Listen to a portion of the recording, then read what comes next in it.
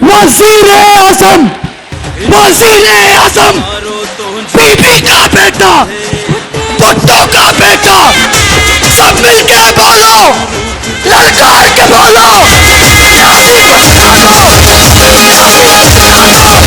ناصر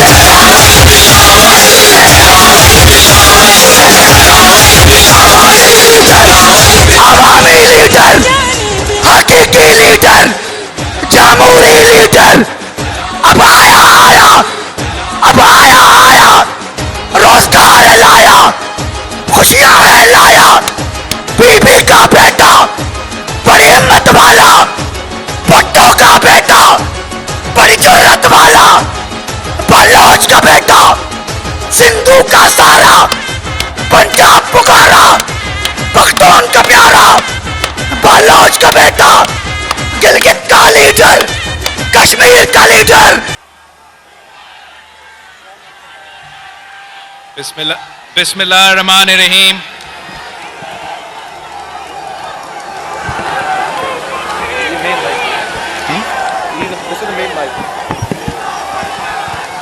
بسم اللہ الرحمن الرحیم نعرے تکبیر نعرے رسالت نعرے حیدری نعرے بھٹو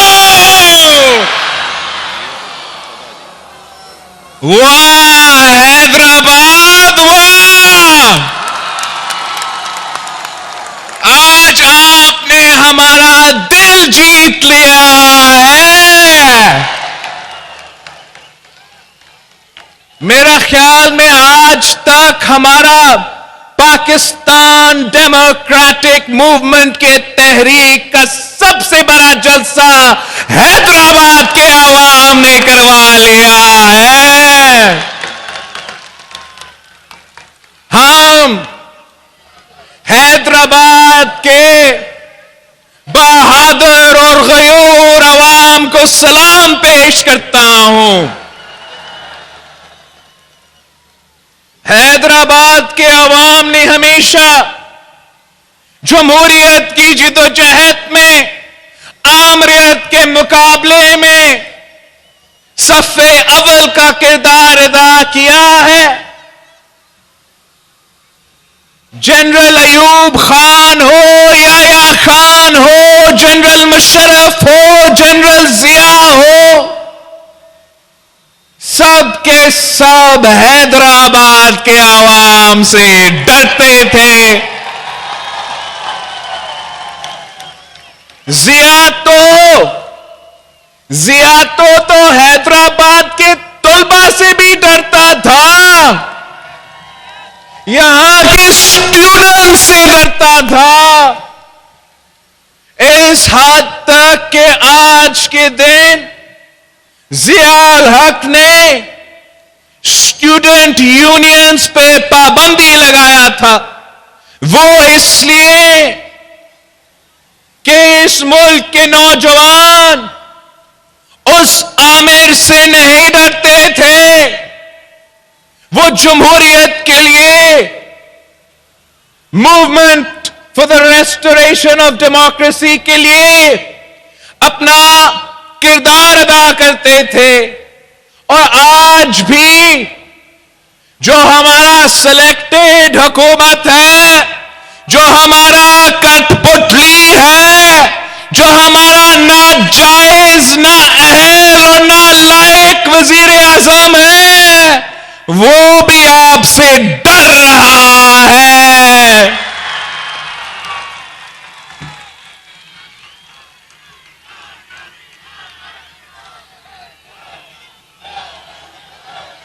سلیکٹڈ کہتا ہے, ناجائز وزیر اعظم کہتا ہے کہ سندھ ہمارا صوبہ نہیں ہے. اگر سندھ وزیر اعظم کا صوبہ نہیں ہے تو کس کا ہے؟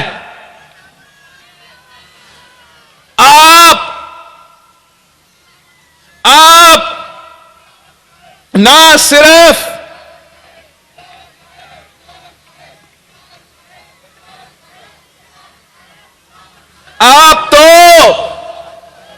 آپ تو کٹ پٹلی ہو، سلیکٹڈ ہو، دھاندلی کے نتیجے میں بنے ہوئے وزیر اعظم ہو. سندھ بھی آپ کا نہیں ہے، بلوچستان بھی آپ کا نہیں ہے، پنجاب بھی آپ کا نہیں ہے، پختونخوا، گلگت بلتستان اور کشمیر بھی آپ کا نہیں ہے.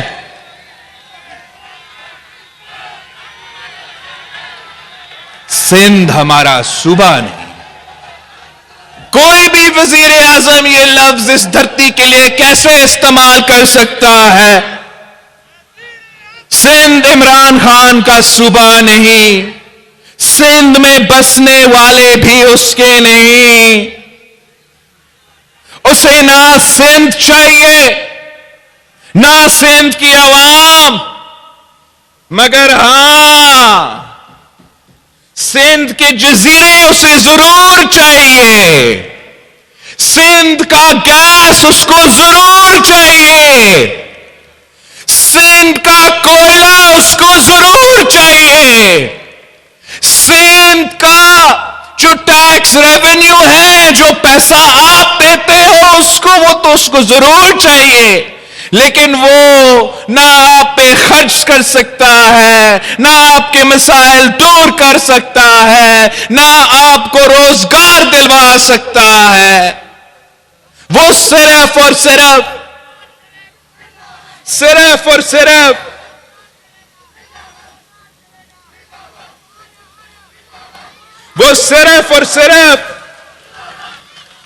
آپ کے حقوق پہ ڈاکہ ڈالنا جانتا ہے، آپ کے جیب پہ ڈاکہ ڈالنا جانتے ہیں. مگر آپ اس ملک کے عوام ان کو برداشت نہیں کریں گے. اور انشاءاللہ تعالی ہم اپنے حقوق کا بھی حفاظت کریں گے، ہم اپنی جمہوریت کا بھی حفاظت کریں گے، اور یہ جو وزیر اعظم ہے اس کو ضرور بگائیں گے.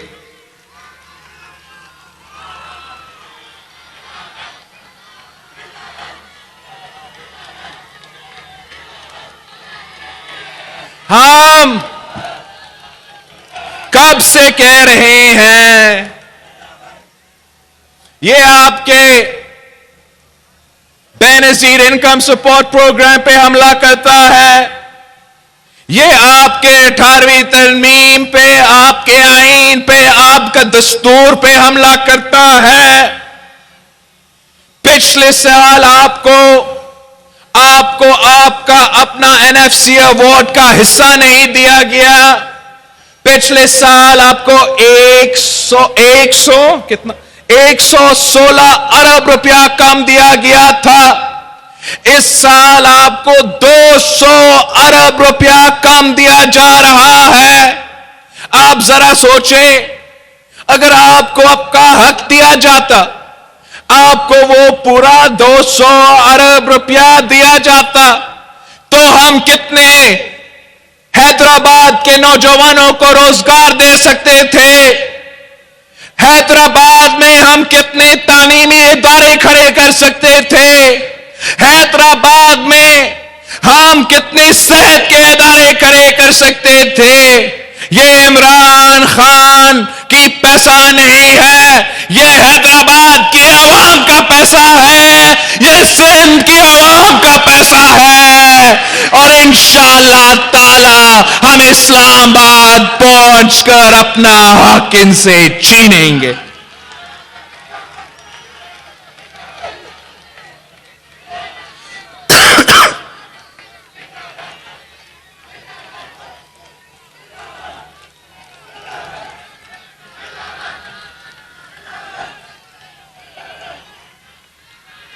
PTI کی حکومت، یہ نہ لائق، نہ جائز، نہ اہل حکومت، اپنے ساتھ ایک مہنگائی کی سونامی لے آئی ہے.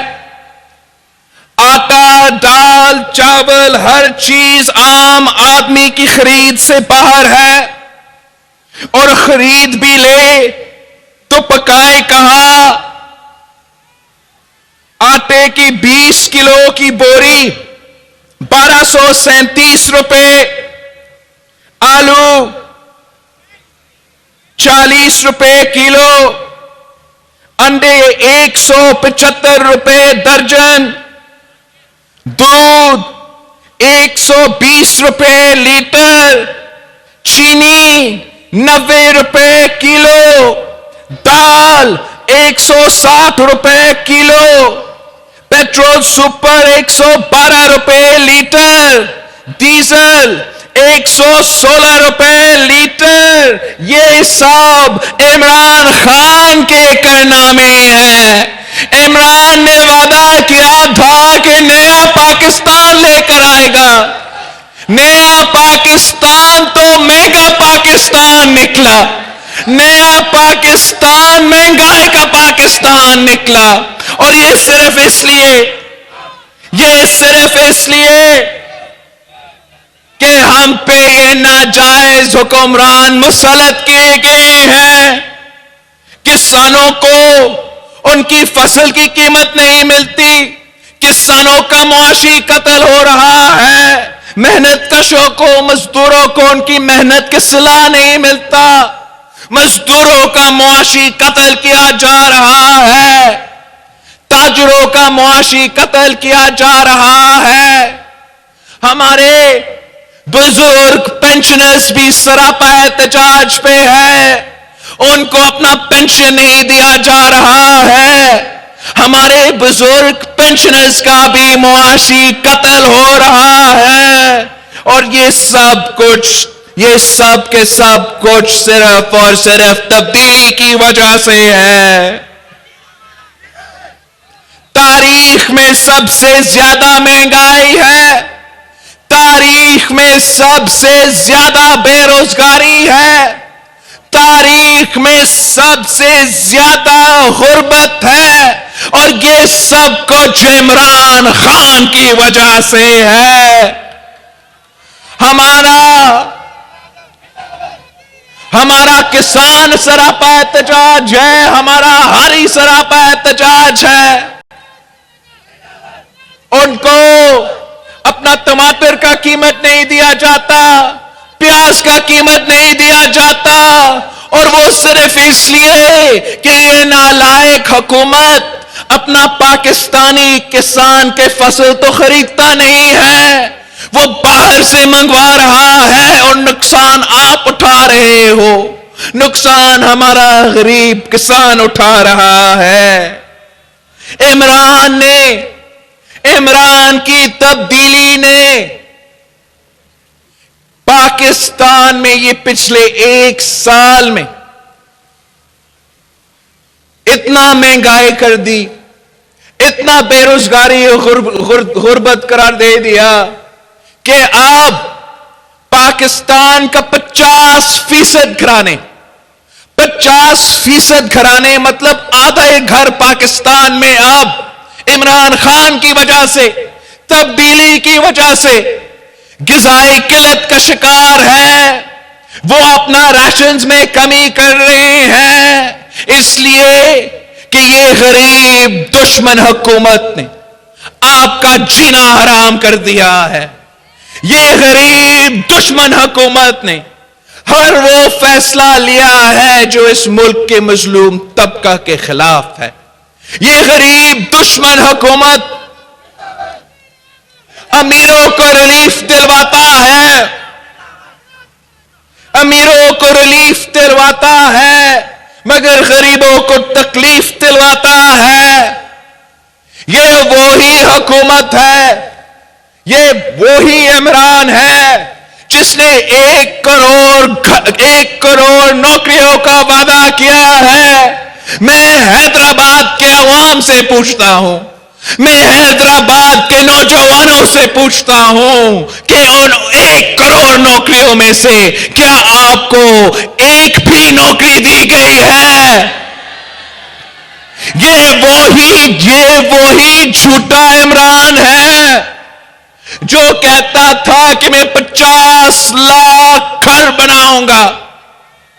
میں حیدرآباد کے عوام سے پوچھنا چاہتا ہوں کہ کیا یہ سچ نہیں ہے کہ عمران کی حکومت انکروچمنٹ کے نام پہ، چاہے وہ حیدرآباد ہو، سکھر ہو، میرے اپنا لارکانوں کا رائس کنال ہو، غریبوں کے سر سے چھت نہیں چھین رہا ہے؟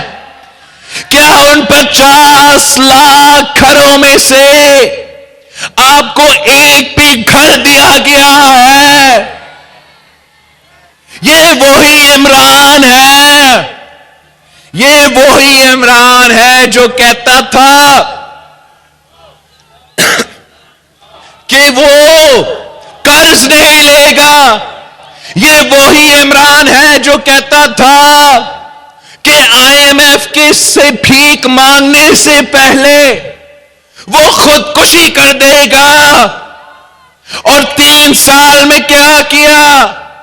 3 سال کے اندر تاریخ کا سب سے زیادہ قرض لے لیا. اتنا قرض لے لیا ہے کہ اگر آپ پاکستان کی ہر حکمران کا دور اس سے پہلے ملا بھی دے، پھر بھی آپ عمران کا قرض کا مقابلہ نہیں کر سکتا. عمران نے ہر پاکستانی کو قرضی بنا دیا ہے. ہر پاکستانی کو 175 روپیہ کا قرضی بنا دیا ہے. یہ وہی عمران ہے، یہ وہی عمران ہے جو دعویٰ کرتا تھا کہ اس کے دور میں پاکستان کی معیشت ترقی کرے گا، باہر سے پیسوں کی بارش ہوگا. اور کیا ہے؟ پاکستان کی معیشت کو برباد کر دیا ہے. پاکستان کی جو اکنامک گروتھ ریٹ ہے وہ پاکستان کی تاریخ میں پہلی بار منفی میں ہے. پاکستان جیسے ملک معاشی سطح پہ افغانستان اور بنگلہ دیش کا بھی مقابلہ نہیں کر سکتا ہے. افغانستان حالات جنگ میں ہے. بنگلہ دیش ایک زمانے میں ہمارا حصہ ہوتا تھا. معاشی اکنامک گروتھ ریٹ میں پاکستان منفی میں ہے اور بنگلہ دیش اور افغانستان ہم سے آگے ہے. اگر ہم ان سے کسی چیز میں آگے ہیں تو ہمارا جو مہنگائی ہے وہ پوری ریجن میں سب سے آگے ہے. وہ بنگلہ دیش اور افغانستان کے مہنگائی سے بھی زیادہ ہے. اور یہ صرف اور صرف اس ناجائز، نااہل اور نالائق وزیر اعظم کی وجہ سے ہے کہ اس کو ہم پہ مسلط کیا گیا ہے. آپ اس کا نالائکی کا بوجھ اٹھا رہے ہو، آپ اس کا کرپشن کا بھی بوجھ اٹھا رہے ہو. ٹرانسپیرنسی انٹرنیشنل کہتا ہے کہ عمران خان کی حکومت میں کرپشن کا اضافہ ہوا ہے.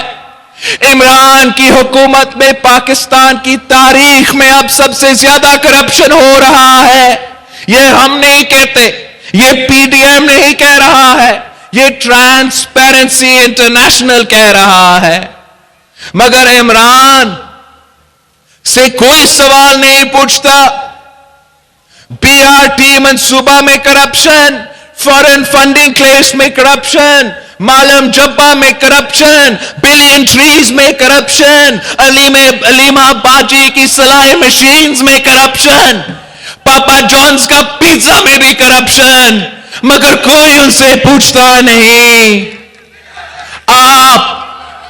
آپ ان کا کرپشن کا بوجھ، ان کا نالائکی کا بوجھ، ان کا نااہلی کا بوجھ آپ اٹھا رہے ہو، آپ بھگت رہے ہو. اپنے اپنی بجلی کے بل میں، اپنی گیس کے بل میں، کھانے پینے کے اشیاء کے بل میں، ہم کب تک اس نالائق کو بھگتیں گے؟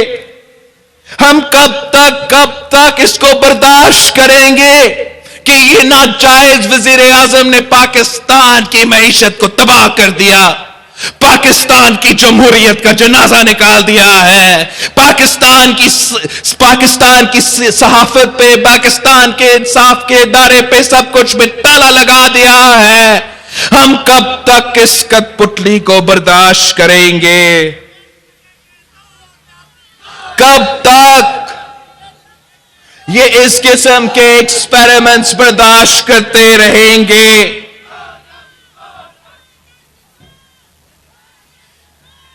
پاکستان کے عوام مشکلات کا سامنا کر رہے ہیں، معاشی بحران کا سامنا کر رہے ہیں، صرف اور صرف اس لیے کہ عمران ہم پہ مسلط کیا گیا ہے۔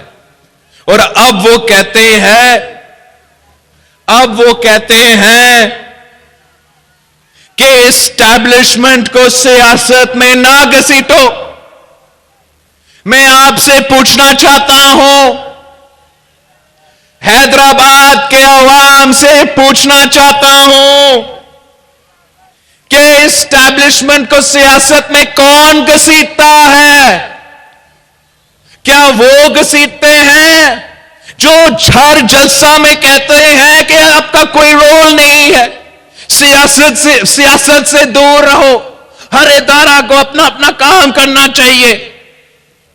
یا وہ اسٹیبلشمنٹ کو سیاست میں گھسیٹ رہے ہیں جو ان کو انگلی پکڑ کے سیاست کرتے ہیں، جو ان کا انگلی پکڑ کے الیکشنز لڑتے ہیں، جو کہتے ہیں کہ ہمیں الیکشنز جتوا کے دکھائے، جو کہتے ہیں کہ ہمارا پولنگ سٹیشنز کے اندر اور باہر کھڑے ہو، جو کہتے ہیں کہ میڈیا کو بھی ہمارے لیے سنبھالو، ہمارا بجٹ بھی پاس کروا لو، جو کہتے ہیں کہ دوست ممالک ناراض ہیں آپ ان کو بھی جا کے سنبھالو، جو کہتے ہیں کہ ہم نے فیکٹو لیجسلیشن پاس کرنا ہے اس پہ بھی ہمیں مدد کرو، گلگت بلتستان پہ کنسنسس بنانا ہے تو کنسنسس بناؤ، اور سینٹ انتخابات آ رہے ہیں ہمیں ذرا مدد کرو، ذرا مدد کرو۔ جب ان کو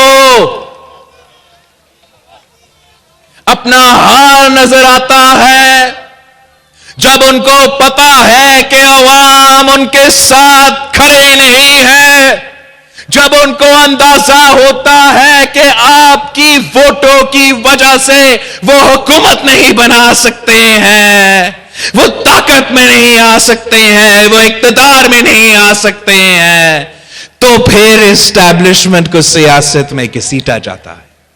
ہم سے نہیں گھسیٹے جاتا ہے، ان سے گھسیٹے جاتا ہے۔ ہم تو کہتے ہیں کہ آپ سیاست سے بھی پیچھے ہٹو، آپ سیاست سے پیچھے ہٹو۔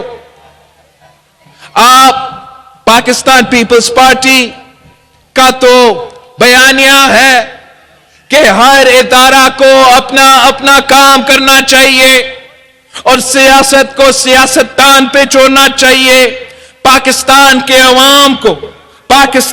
عوام پہ بھروسہ کرنا چاہیے، پاکستان کے عوام پہ اعتماد کرنا چاہیے، پاکستان کے عوام کے فیصلے کو ماننا پڑے گا، ان کو اپنے مستقبل کے فیصلے خود لینے کی اجازت دینا پڑے گا۔ انشاءاللہ تعالی جس مقصد کے لیے پاکستان ڈیموکریٹک موومنٹ بنا ہے وہ یہ ہے کہ ہم نے طاقت کا سرچشمہ عوام کو بنانا ہے، اور انشاءاللہ تعالی ہم سب مل کے جدوجہد کریں گے، ہم سب مل کے محنت کریں گے، اس ناجائز نالائق نااہل وزیر اعظم کو بگائیں گے اور ایسے عوامی حکومت بنائیں گے جو آپ کا حقوق کا تحفظ کرے گے، جو آپ کو معاشی صورتحال کا تحفظ کرے گا, جو جمہوریت کا تحفظ کرے گا, اور انشاءاللہ تعالی ہم آپ کے سارے مسائل کا حل نکالیں گے. آپ سے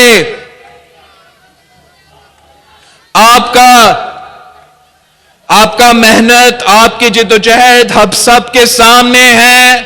میں امید رکھتا ہوں کہ آپ تھکے ہوئے نہیں ہیں, آپ یہ محنت جاری رکھیں گے. انشاءاللہ تعالی مارچ میں مارچ ہوگا اور آپ سب ہمارے ساتھ جائیں گے, مل کے ہم ساتھ لڑیں گے. انشاءاللہ تعالی یہاں سے لے کے اسلام آباد کا مارچ ہوگا.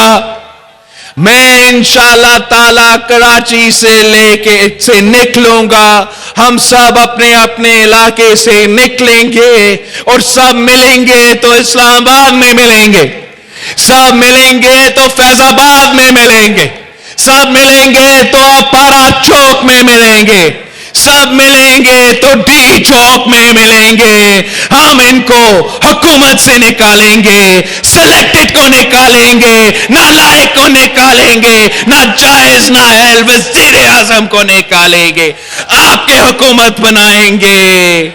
آپ سب کا بہت مہربانی. پاکستان زندہ باد.